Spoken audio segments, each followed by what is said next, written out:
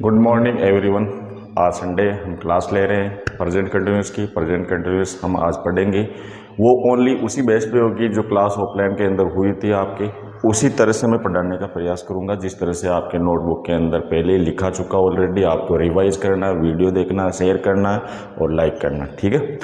चलिए हम पढ़ेंगे आज प्रेजेंट कंटिन्यूस। क्या पढ़ेंगे भाई? Present continuous. देखो बच्चों, हमारा टॉपिक आज का रहेगा प्रेजेंट कॉन्टिन्यूस। समझना ध्यान से, क्योंकि इससे पहले जो वीडियोस अपलोड किए गए हैं वो रिलेटेड थे प्रेजेंट इंडेफिनिट से। प्रेजेंट इंडेफिनिट अगर किसी भी स्टूडेंट के समझ में नहीं आया हो तो लास्ट वीडियो आप देखकर इसको सीखने का प्रयास करें। और उसके बाद मैंने एक वीडियो डाला था जो क्लास के अंदर टेस्ट हुआ था, उसका पेपर था, उसका सॉल्यूशन था, उसको मैंने अपलोड कर दिया है। उसके 2 वीडियो बने। एक वीडियो के अंदर पूरा बनाया था पेपर का सॉल्यूशन, लेकिन कुछ क्वेश्चंस उसके अंदर बाय मिस्टेक कट गए थे एडिटिंग के अंदर, तो उनका मैंने सेकंड पार्ट जो आपके उसके यूट्यूब के अंदर लिखा हुआ है remain part of practice exercise, उसको देख ले और 4 क्वेश्चन जो और लिखे हैं उनको क्लियर कर ले। ओके, चलें आगे। अब देखिए प्रेजेंट कंटिन्यूस के अंदर क्या होता है।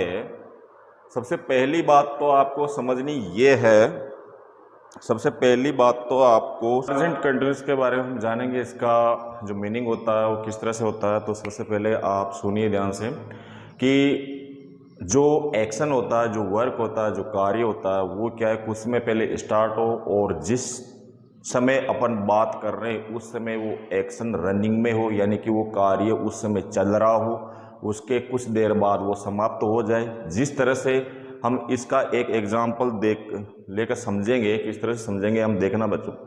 अभी क्लास स्टार्ट हो रही है, हमारी क्लास जो चल रही है तो कुछ देर से पहले मैंने ये क्लास स्टार्ट की और अभी जो मैं ये चीज़ आपसे डिस्कस कर रहा हूँ उस समय ये चल रही है क्लास रनिंग के अंदर, और कुछ देर बाद ये क्लास समाप्त हो जाएगी और मैं यहाँ से चला जाऊँगा, ठीक है।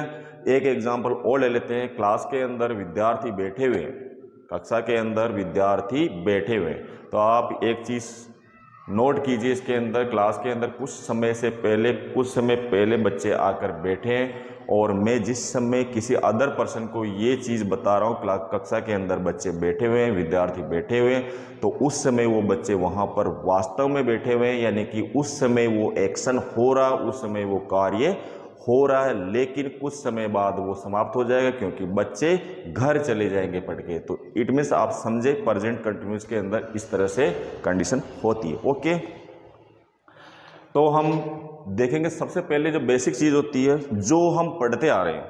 क्या कर रहे हैं भाई? जो हम पढ़ते आ रहे हैं वही चीज देखेंगे अपन, यानी कि सब जानते हो, आप लोग सब जानते हो। सुनो इधर, इसके अंदर हमें देखेंगे कि आपने सीखा होगा जो हिंदी का सेंटेंस होता है उसके अंत में रहा, रही, रहे, रहे, रहा हूं आदि शब्द आते हैं। बाकी मैं ये चीज़ बता रहा हूँ आपको, जो बेसिक चीज़ है इसकी वो कॉन्सेप्ट आपको मैं बोर्ड पे लिखकर बता रहा हूँ, उसको समझना ध्यान से कि इसके अंदर जो यूज होती है, याद रहे, जो हेल्पिंग वर्ब जो यूज होती है बेटा वो क्या होती है? इज, आर और एम। समझना ध्यान से, इज आर एम का यूज होगा और वर्ब की फर्स्ट फॉर्म आएगी, उसके साथ आई एन जी का यूज करेंगे। समझे? इसके साथ एक कॉन्सेप्ट और लिखो, सिंगुलर सब्जेक्ट के साथ। किसके साथ? सिंगुलर सब्जेक्ट के साथ हमेशा आपको इज का यूज करना है और प्लूरल सब्जेक्ट के साथ हमेशा आपको आर का यूज करना है और आई सब्जेक्ट के साथ हमेशा आपको एम यूज करना है। ये सारी चीजें हमने पढ़ ली। एक चीज ध्यान रहे, क्योंकि पेपर लेके भी देखा है मैंने, उसके अंदर सभी बच्चों की क्या रनिंग में आदत पड़ गई वर्ब की फर्स्ट फॉर्म के साथ आईएनजी लगाकर फॉर्म फिल करने की। तो आप ध्यान रखें थोड़ा सा, ये कॉन्सेप्ट आप समझें, क्योंकि ये कॉन्सेप्ट हम 6 यानी छोटे यानी कि छोटी क्लासों के अंदर थे, जब से ये कॉन्सेप्ट सीखते आ रहे हैं, इसके साथ हिंदी के सेंटेंस के अंदर आ रही आते हैं।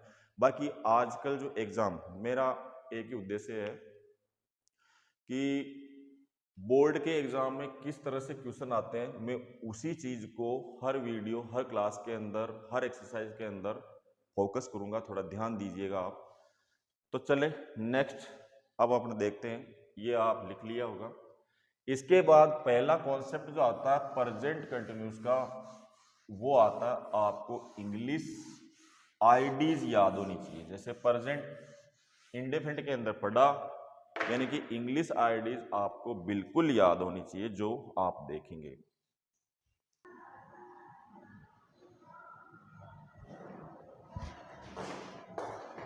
हाँ, तो स्टूडेंट्स आप देख पा रहे होंगे बोर्ड के ऊपर फैक्ट नंबर 1 जो प्रेजेंट कंटिन्यूस का है, इसके अंदर थोड़ा ध्यान दीजिएगा। देख लो आप, दिखाई दे रहा आपको? सही में तो बेटा ना सीधा ऑनलाइन चल रही, बात नहीं कर सकता।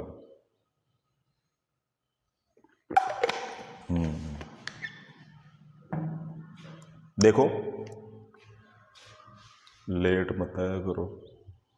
हाँ देखिए, इंग्लिश आईडीज के अंदर जो मैंने एक कॉन्सेप्ट क्लियर किया आपका। सबसे पहली बात, जो बेस होता है इसका, बेसिक चीज़ होती है उसकी जानकारी, जो हम छोटी क्लासों से पढ़ते आ रहे हैं, तो वो मैंने क्लियर कर दिया आपको। अब देखो, अपन मैंने पहले बताया था फोकस किसको करेंगे, एग्जाम में किस तरह से क्वेश्चन उठाए जाते हैं, किस तरह से अपने सोल्व करना है, बस इसी चीज़ को फोकस करना है। आगे कंपटीशन में आपके काम में आएगी ये चीज़ें। अब देखिए, प्रेजेंट कंटिन्यूस के अंदर जो फैक्ट नंबर 1 है वो इंग्लिश आईडीज है। आईडीज के अंदर क्या होता है बेटा, देखिए यहाँ पे, यानी कि आपको ये वर्ड, ये एडवर्ब जो भी है, right now, now, these days, nowadays, currently, presently, today, at this time, eight this moment और स्टिल, ये जहां पर भी आपको इंग्लिश के अंदर सेंटेंस दिया होगा, देखो ऐसा है, मैं बताऊं एक चीज आपको कि अगर मान लो मैं प्रेजेंट कंटिन्यूस पढ़ा रहा हूं और उसके अंदर कोई एक्सरसाइज देता हूं, तो आपके माइंड में तुरंत क्लिक हो जाता है। क्या हो जाता है, जा रहे आएगा और वर्ड की फर्स्ट पर्सन आईएनजी आएगा, तो आपको आंसर देना एक आसान हो जाता है, जिसका आंसर आपका राइट होता है। तो समझना ध्यान से, यानी कि मिक्स के अंदर पेपर आएगा आपका, जो पेपर आएगा फिल इन द ब्लैंक्स, जिसके अंदर राइट जो फॉर्म है वो आपको फिल करनी होगी सही करके, तो उसके अंदर मिक्स क्वेश्चन आएंगे। अब प्रेजेंट कंटिन्यूस का भी हो सकता है, प्रेजेंट इंडेफिनिट का भी हो सकता है, प्रेजेंट परफेक्ट का भी हो सकता है, किसी भी टेंस से रिलेटेड वहां पे क्वेश्चन हो सकता है, तो थोड़ा ध्यान दीजिएगा, ठीक है। तो आपको इंग्लिश आईडीज उस तरह से काम करेगी जिस तरह से एक व्हीकल होता है, उसके अंदर डिस्ट्रिक्ट का कोड होता है, उसे आइडेंटिफाई कर लिया जाता है कि ये व्हीकल किस डिस्ट्रिक्ट से रिलेटेड है, ठीक है। तो इसी तरह से आपको ये now, right now, these days, nowadays, currently, presently, today, at this time और at this moment and still, ये जो वर्ड है ये आपको लेके जाएंगे कहां पर, प्रेजेंट कंटिन्यूस के पास, और प्रेजेंट कंटिन्यूस के पास लेके जाएंगे तो आपको हेल्पिंग वर्ब के फर्स्ट के साथ आईएनजी का यूज करना है। समझ में आ गई?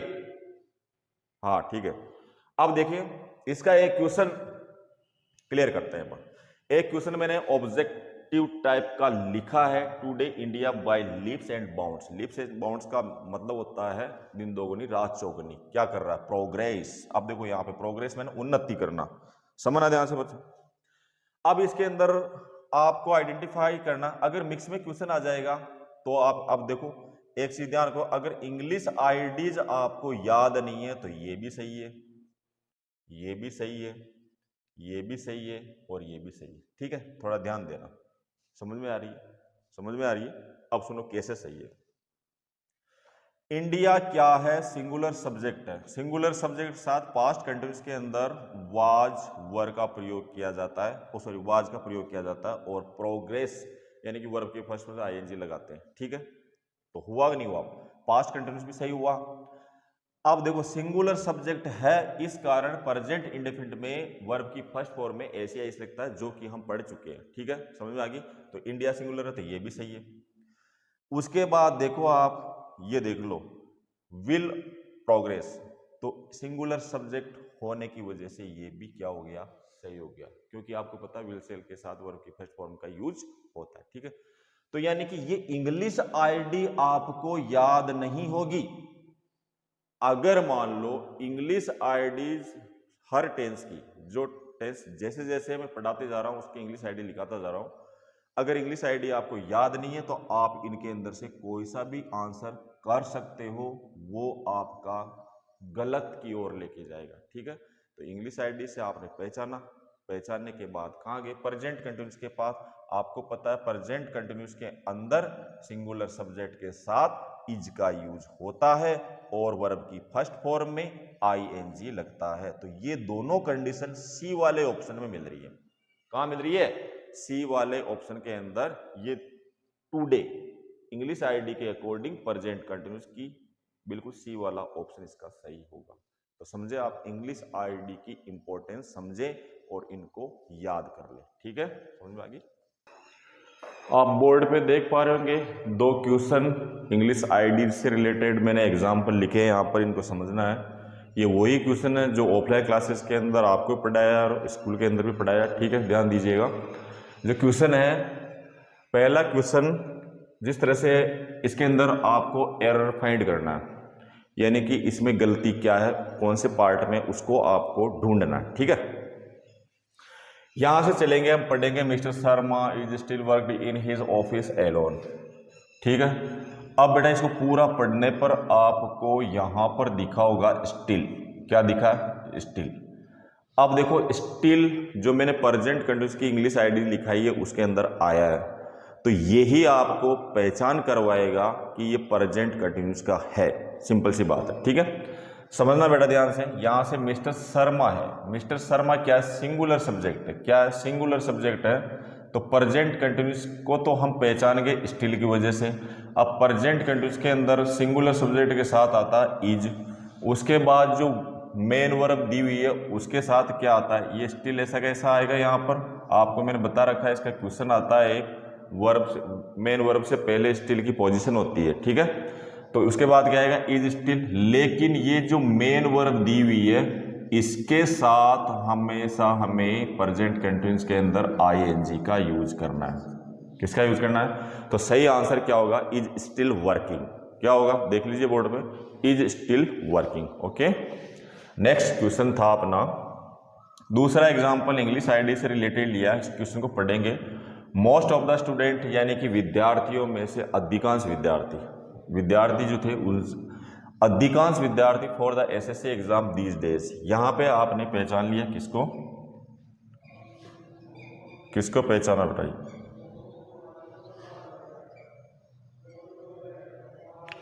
Most of the students. ये क्वेश्चन को ऑप्शन गलत लिख दिया, सही कर लेना भाई इसको। यहां पे आर करो। Most of the students for the SSC exam these days. तो आपने यहां पर देखा दीज डेज आया, ये आपको ले जाता है कहां पर? प्रेजेंट कंटिन्यूस के पास। आपको पता है प्रेजेंट कंटिन्यूस के अंदर इज आर एम का यूज होता है और उसके साथ वर्ब की फर्स्ट फॉर्म में आईएनजी लगता है। ये ध्यान रखना, ये सपने में भी आना चाहिए आपको।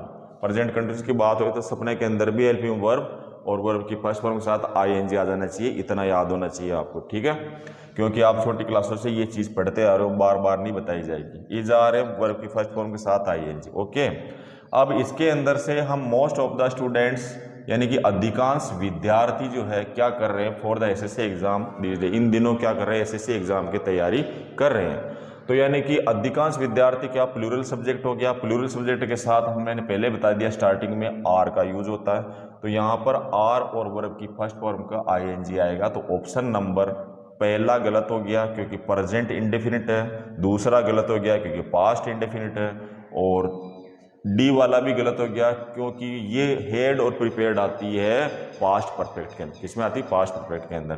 तो आपका फाइनल आंसर क्या होगा? बी वाला, आर प्रिपेयरिंग। नोट डाउन कर लीजिए आपकी नोटबुक के अंदर। बड़ा एक चीज़ ध्यान रखना, मैं सभी स्टूडेंट को कह रहा हूँ, सुन लेना तुम भी।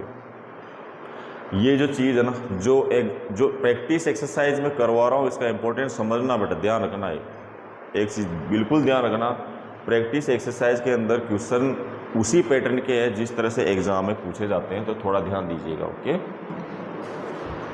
देख पा रहे होंगे बोर्ड पे, यानी कि देखो फैक्ट नंबर 2 क्या कहता है, जिसका क्वेश्चन कंपटीशन में पूछा जा सकता है और आपके एग्जाम में पूछा ही जाता है। ठीक है, थोड़ा ध्यान रखिए, समझिए इसको। फैक्ट नंबर 2 को मैंने 2 एग्जाम्पल यहाँ पे बोर्ड पे लिखे हैं, उनको समझना आपको याद रहे।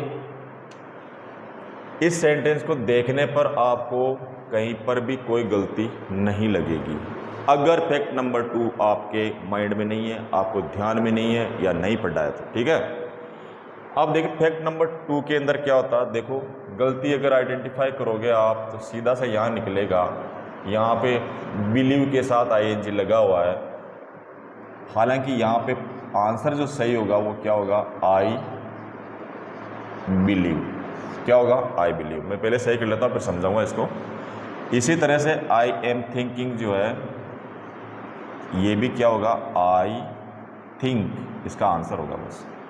अब ये समझना ऐसा क्यों हुआ कि कुछ वर्ब्स ऐसी है, कुछ मेन वर्ब्स ऐसी है जिसके साथ हम आईएनजी का यूज नहीं कर सकते। याद रहे, मैं दोबारा बोल रहा हूँ कि कुछ वर्ब्स ऐसी है जिसके साथ हम आईएनजी का यूज नहीं कर सकते, यानी कि कुछ वर्ब ऐसी है जिसके साथ हम प्रेजेंट कंटिन्यूस के अंदर आईएनजी का यूज नहीं कर सकते।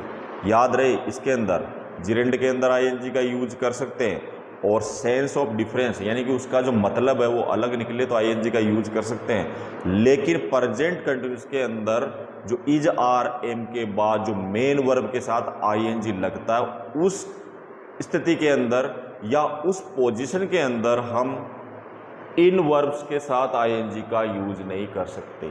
समझ में आ गई? मैं थोड़ा सा और गहनता से बताने का प्रयास कर रहा हूं आपको, सुनना ध्यान से।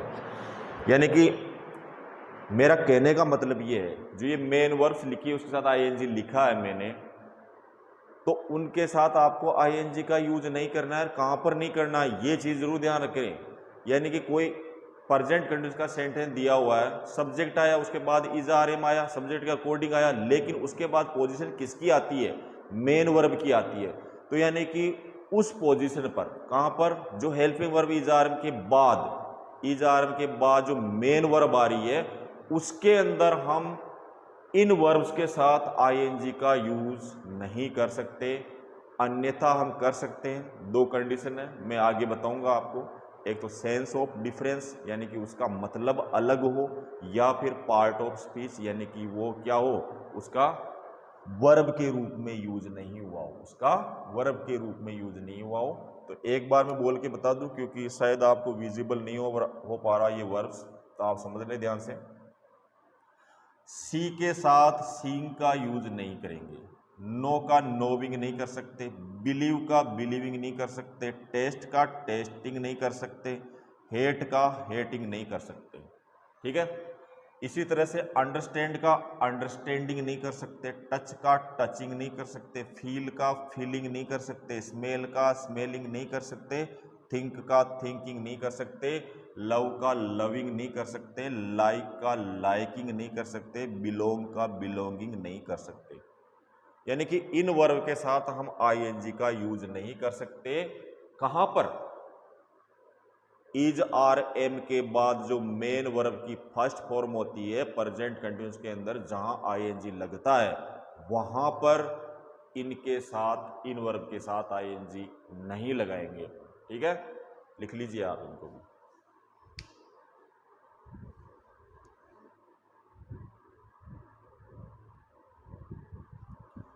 सामने 2 क्वेश्चन लिखे हैं मैंने, सामने 2 क्वेश्चन लिखे हैं जिनको क्लास के अंदर बता रखा है मैंने। द डॉक्टर इज सीइंग हर और seeing a lion he rain away. यानी कि कंफ्यूज होने की स्थिति आपके सामने आ सकती है। अब आप यहाँ पे कहोगे सर यहाँ पे आपने यूज कर लिया, तो यहाँ पे ध्यान रखना इसका सेंस जो है वो क्या है, डिफरेंट है।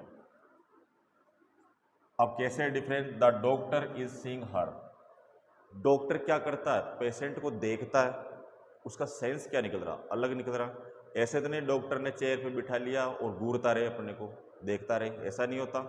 यानी कि टीवी की तरह अपने को नहीं देख रहा ना, किसी को देख रहा है तो यानी कि उसका सेंस जो निकल रहा है वो क्या है, डॉक्टर उसका चेकअप कर रहा है, उसका एग्जामिन कर रहा है, समझ में आ गई?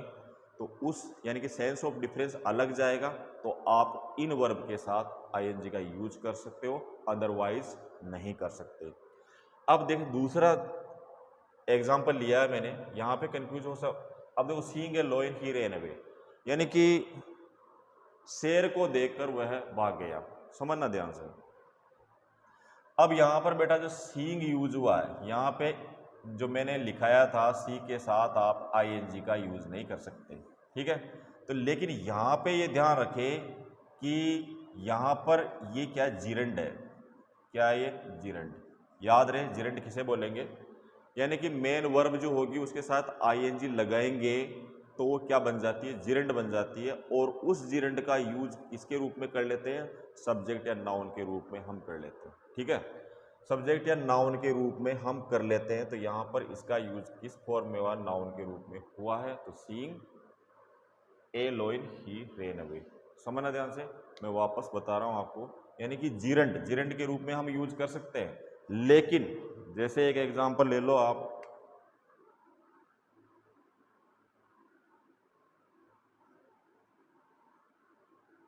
जैसे मैंने लिख दिया आई एम,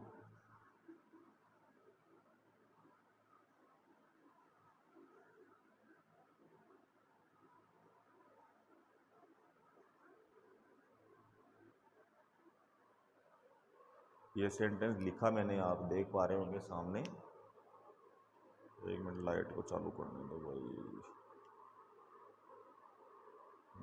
लाइट चालू करने दो। हाँ बेटा ये, हाँ देखो दो कंडीशन तो ऐसी होगी, सेंस ऑफ डिफरेंस और पार्ट ऑफ स्पीच, यानी कि इसका यूज कहाँ हो रहा है, नाउन के रूप में हो रहा है। वर्ब की फर्स्ट फॉर्म के साथ आईएनजी लगने के बाद नाउन में कन्वर्ट हुई है जिरंड, जो जिरंड का यूज नाउन के रूप में हुआ, तो यहाँ पर कर सकते हैं। अब जैसे ये सेंटेंस लिखा है मैंने, इस सेंटेंस के अंदर क्या कह रहा, I am thinking about you, मैं तुम्हारे बारे में सोच रहा हूँ, ऐसा नहीं होता है। इसका इसका ये सेंटेंस गलत हो जाएगा। यहाँ क्या आएगा, आई थिंक अबाउट यू, ये सही होगा। तो याद रखिए इस तरह का क्वेश्चन आ जाए तो भी आपको गलत करना है। जैसे तरह से जब मैं आपसे नफरत करता हूं तो क्या बोलते हैं, I hate you, I hate you, यानी कि वर्ब की फर्स्ट फॉर्म आती ही नहीं आती, ऐसे थोड़ी बोलते हैं आई एम हेटिंग यू, नहीं बोलते, कभी सुना नहीं सुना।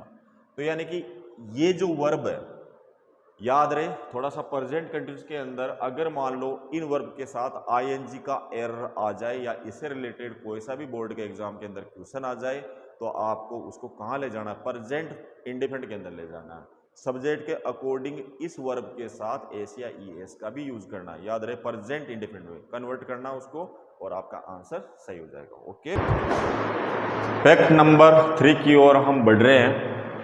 फैक्ट नंबर 3 का क्वेश्चन आ जाए तो आपको किस तरह से उसका आंसर देना है, थोड़ा समझना ध्यान से, क्योंकि हम अच्छी तरह से जानते हैं कि प्रेजेंट इंडेफिनिट के अंदर इंग्लिश आईडीज के अंदर ऑलवेज का यूज होता है, और हम समझते हैं प्रेजेंट इंडेफिनिट के अंदर वर्ब की फर्स्ट फॉर्म के साथ एस या एस लगता है या वर्ब की फर्स्ट फॉर्म आती है। That's clear. अब सुनो बेटा, यहाँ सेंटेंस लिखा, वेन एवर, जब भी I visit his house he always watches TV, मैं जब भी उसके घर जाता हूँ वो हमेशा क्या देखता रहता है, टीवी देखता रहता है। तो ये इस तरह का सेंटेंस आपको देखने को मिले, उसका सेंस ऐसा निकले, उसका मीनिंग ऐसा निकले कि वो हमेशा ही देखता रहता है, यानी कि एक पेरेंट्स का या अपने से बड़ों का एंगर के रूप में बोलना, क्रोधित होकर बोलना, झल्लाट रूप में बोलना, जैसे इस तरह से नेगेटिव सेंस के अंदर उसका मीनिंग निकले कि वह बच्चा तो हमेशा ही खेलता रहता है, वह बच्चा तो हमेशा ही देखता रहता है, बाजार में घूमता ही रहता है। तो यानी कि नेगेटिव सेंस के अंदर अगर मान लो उस सेंटेंस का मीनिंग निकल रहा है, तो बेटा याद रखना ऑलवेज का यूज प्रेजेंट कंटिन्यूस के अंदर किया जाएगा। समझना ध्यान से, आगे आने वाले एग्जाम्स के अंदर, आपके कंपटीशन का एग्ज़ाम हो तो ठीक, बोर्ड के एग्ज़ाम हो तो ठीक, 12th का एग्ज़ाम हो तो ठीक, ये कॉन्सेप्ट में ओनली इसलिए क्लियर करा रहा हूँ कि आगे भी चलकर आपको ये चीज़ें अच्छी तरह से समझ में आए, क्योंकि जैसे जैसे क्लासेस अपर होती जाएगी आपकी, वैसे वैसे ही उसका लेवल और उसके कॉन्सेप्ट हाई लेवल के आएंगे और उससे रिलेटेड क्वेश्चन ही आपसे पूछे जाएंगे। तो आपको लड़ना सिखा रहा हूं मैं, समझना ध्यान से।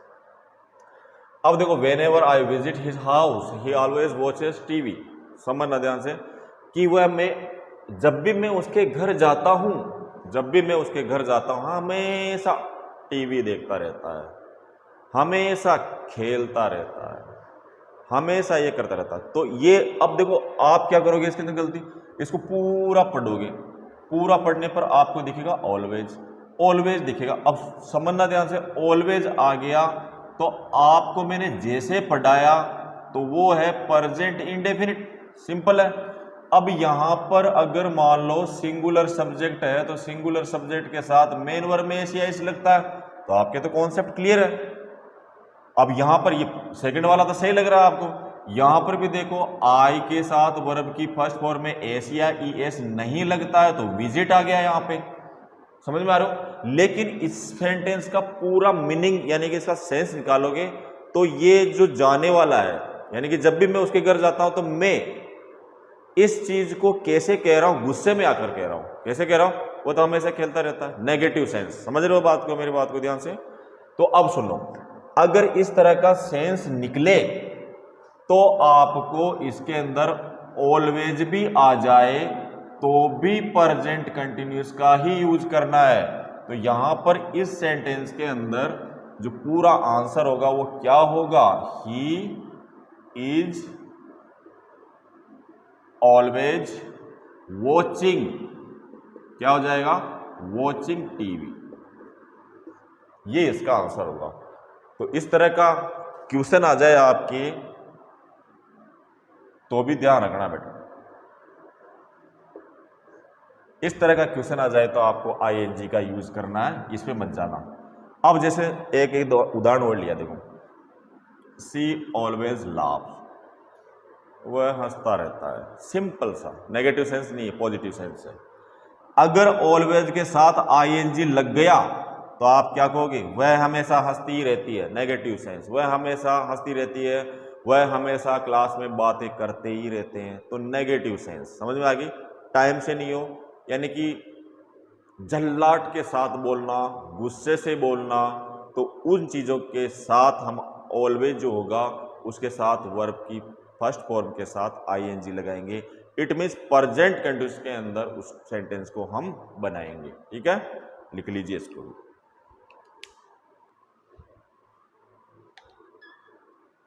लिख लीजिए, लिख लो, लिख लो, क्या बोल रहे हो।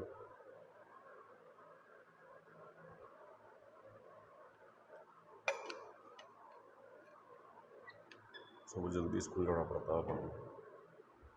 है। चलो बेटा देखो,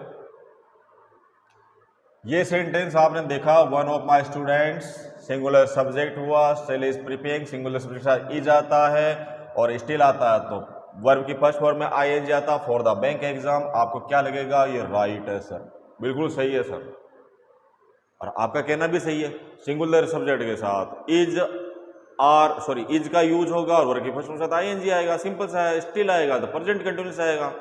समझ में आ रही है सबको, सही है, ओके। दूसरा देखो, वन ऑफ माय स्टूडेंट्स, एक स्टूडेंट की बात की, सिंगुलर स्टूडेंट की बात की जा रही है, इसके अंदर इज का यूज होगा, वर्ब की फर्स्ट फॉर्म के साथ आईएनजी आएगा, ये भी सही है सर। समझना ध्यान से, मैं क्या समझना चाह रहा हूं, ध्यान समझना। एग्जाम के अंदर क्वेश्चन आएगा, आपको सही लगेगा, आप क्या आंसर करोगे, नो एरर, इसके अंदर कोई गलती नहीं है, क्या कर दोगे आंसर, नो एरर। एग्जाम कोई सा भी हो, कंपटीशन का एग्जाम हो, आपके बोर्ड का एग्जाम हो, कोई सा भी एग्जाम हो, क्लास टेस्ट हो, हाफ ईयरली एग्जाम हो, एनुअल एग्जाम हो, कुछ भी हो, उसके अंदर इस तरह का क्वेश्चन आएगा। आपको अच्छी तरह से पता है कि सिंगुलर सब्जेक्ट के साथ इज का यूज होता है, वर्ब की फर्स्ट फॉर्म के साथ आईएनजी का यूज करते हैं, और स्टिल ऐसी एडवर्ब है या ऐसा वर्ड इंग्लिश आईडी जिसके अंदर प्रेजेंट कंटिन्यूअस के अंदर ही यूज किया जाता, तो सही होगा नहीं होगा, समझो ध्यान से, सही होगा। तो आपको गलती क्या करनी है, स्टिल का जो नियम है वो पहला नियम ये है बेटा, ध्यान रख देना, स्टिल की जो पोजीशन है, सबसे पहले हम बात करेंगे पोजीशन की। स्टिल की पोजीशन कहां पे आएगी, यानी कि स्टिल आएगा और उसके बाद हमेशा आपको मेन वर्ब को चेक करना है। सबसे पहला नियम क्या होगा? सबसे पहला नियम क्या है बताओ? स्टिल के बाद हमेशा मेन वर्ब का ही यूज होगा। समझ में आ गई? ये लास्ट कॉन्सेप्ट है इसका, प्रेजेंट कंटिन्यूअस का। इसके बाद जो नेक्स्ट वीडियो बनेगा इसी से रिलेटेड होगा, लेकिन इसकी प्रैक्टिस एक्सरसाइज उसके अंदर सारी करवाऊंगा मैं। ओके, तो समझना ध्यान से। मैंने क्या कहा? इसकी पोजीशन जो है, स्टिल जो वर्ड है, जो प्रेजेंट कंटिन्यूअस की आईडी है, प्रेजेंट कंटिन्यूअस की आईडी है, मैंने लिखाया, बुक में लिखा है, सबने समझाया, प्रेजेंट कंटिन्यूअस की आईडी है। इस ये आ जाए तो हमें किसका यूज करना? इज आर एम वर्ब की फर्स्ट फॉर्म का यूज करना। ओके, समझ में आई? तो बेटा देखो यहां पर इसकी पोजीशन स्टिल और मेन वर्ब, और दूसरी कंडीशन ये आती है हमेशा स्टिल का जो यूज है वो कहां करेंगे? एक तो अफर्मेटिव के अंदर, अफर्मेटिव और इंटरोगेटिव के अंदर। इंटरोगेटिव सेंटेंस के अंदर ही हम स्टिल का देख रहे हो। अगर नेगेटिव के अंदर आ जाए तो आप एरर गलत निकालना उसको, ठीक है? One of my student singular subject है, लेकिन बाकी सब सही है, लेकिन ये स्टिल की जो पोजीशन है, मेन वर्ब कौन सी है? प्रिपेयरिंग है। तो यानी कि इसका जो आंसर होगा, इसकी पोजीशन कहाँ आएगी? ये ऐसे आएगा, इज आएगा, फिर बाद में स्टिल आएगा, फिर बाद में प्रिपेयरिंग आएगा। क्या आएगा? स्टिल आएगा, प्रिपेयरिंग है। यानी कि ये जो मेन वर्ब है उससे जस्ट पहले किसका यूज होगा? स्टिल का यूज होगा। ठीक है, अब देखो दूसरा वाला सेंटेंस लिखा, one of my students is preparing still for the bank exams. अब आपको देखने से सही लगेगा, लेकिन बारीकी का क्वेश्चन है, थोड़ा कॉन्सेप्ट क्लियर होने चाहिए। तो यानी कि स्टिल की जो पोजीशन है इस मेन वर्ब से पहले होगी। कहां पे होगी? तो इसका जो आंसर होगा वही हो जाएगा, is still preparing, is still preparing.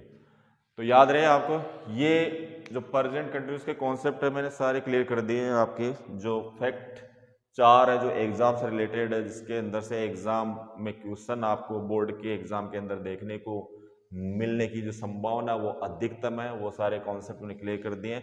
बाकी जो सिंपल सी चीज़ है, छोटी क्लासों के अंदर हम पढ़ते आ रहे हैं, जो सारी चीजें जो वीडियो स्टार्ट किया उससे पहले मैंने बता दिया था। और सेंटेंस स्ट्रक्चर होता है बेटा, एक चीज ध्यान रखना, सेंटेंस स्ट्रक्चर और लिख लो एंड के अंदर, इसका सेंटेंस स्ट्रक्चर लिख लीजिए। मैं सभी लिखाता हूँ क्योंकि शायद ऑफलाइन क्लासेस के अंदर मैंने नहीं बताया, और बेटा आप बैठे हो तो आप भी लिख लो। सेंटेंस स्ट्रक्चर का जरूर ध्यान रहे, और सभी के अंदर लगभग जो चेंज होती है वही चीजें पढ़ा रहा हूँ मैं। देखो सेंटेंस स्ट्रक्चर के अंदर अफर्मेटिव सेंटेंस होगा, सब्जेक्ट आएगा, इज आर एम का यूज होगा, और मेन वर्ब जो होगी उसके साथ आईएनजी का यूज होगा, और ऑब्जेक्ट आएगा, उसके बाद अदर वर्ड का यूज होगा, और फुल स्टॉप। ठीक है, ये तो अफर्मेटिव का हो गया। इसी तरह से नेगेटिव सेंटेंस के अंदर आएगा, आपको सब्जेक्ट देखने को मिलेगा, नेगेटिव होगा तो आपको helping verb is are am के जस्ट बाद नोट का यूज करना है, और उसके बाद वर्ब की फर्स्ट फॉर्म में आईएनजी का यूज करना है, और ऑब्जेक्ट का यूज करना है, अदर वर्ड का यूज करना है। अगर मान लो यही इंटरोगेटिव हो जाए तो याद रहे दो प्रकार से बनता है इंटरोगेटिव। सबसे पहले अगर मान लो इज आर एम आएगा, सबसे पहले क्या आएगा? इज आर एम आएगा, उसके बाद सब्जेक्ट आएगा, उसके बाद मेन वर्ब की फर्स्ट फॉर्म के साथ आईएनजी आएगा, उसके बाद ऑब्जेक्ट आएगा, उसके बाद अदर वर्ड आएगा, उसके बाद क्वेश्चन मार्क आएगा। एक टाइप और होता है जो एग्जाम के अंदर क्वेश्चन पेपर के अंदर हमें देखने को मिलते हैं, WH वर्ड वाला। तो WH वर्ड सबसे पहले आएगा। WH वर्ड कौन से होते हैं? जो WH से स्टार्ट होने वाले, वाट, वेयर, वाई, समझ में आ गई? तो WH वर्ड सबसे पहले आएगा। उसके बाद आपको इज आर एम का यूज करना है, उसके बाद आपको सब्जेक्ट का यूज करना है, वर्ब की फर्स्ट फॉर्म के साथ आईएनजी का यूज करना है, उसके बाद ऑब्जेक्ट, उसके बाद अदर वर्ड, उसके बाद क्वेश्चन मार्क। तो ये सेंटेंस स्ट्रक्चर में सारे लिखा दिए हैं, क्योंकि ये लिखाना जरूरी था, क्योंकि हम अफर्मेटिव सेंटेंस को अच्छी तरह से क्लियर कर लेते हैं, नेगेटिव को भी कर ही लेते हैं, लेकिन जहां इंटरोगेटिव क्वेश्चन प्रैक्टिस एक्सरसाइज के अंदर आ जाए तो कंफ्यूज हो जाते हैं अपने को, एलपी वर्ब को पहले लाना है, कहाँ लाना है, ठीक है। तो थोड़ा ध्यान रखें आप, और आपको समझ में आया भी होगा। ठीक है बच्चों, समझ में आया आप सभी को। बहुत बहुत धन्यवाद, आपने पूरा वीडियो देखा, और इसको लाइक भी करें और शेयर भी करें, और जहां उपयोगी हो वहां तक इस वीडियो का लिंक पहुंचा दें इसको, क्योंकि एग्ज़ाम के अंदर आपको बहुत बेनिफिट मिलेगा इन वीडियो से। ठीक है, धन्यवाद।